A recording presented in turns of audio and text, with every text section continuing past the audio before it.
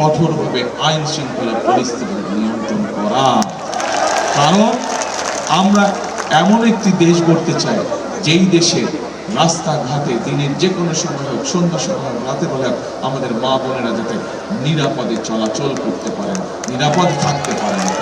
আমরা চাই এমন একটি দেশ গড়তে যেখানে মুরব্বীরা সহ ভাই বোনেরা যেখানে চাকরি বাকরি ব্যবসা বাণিজ্য নিঃসন্দেহ করতে পারে, যে নিরাপত্তার সাথে করতে পারে, কেউ এসে তাদেরকে কোনো ডিস্টার্ব করবে না।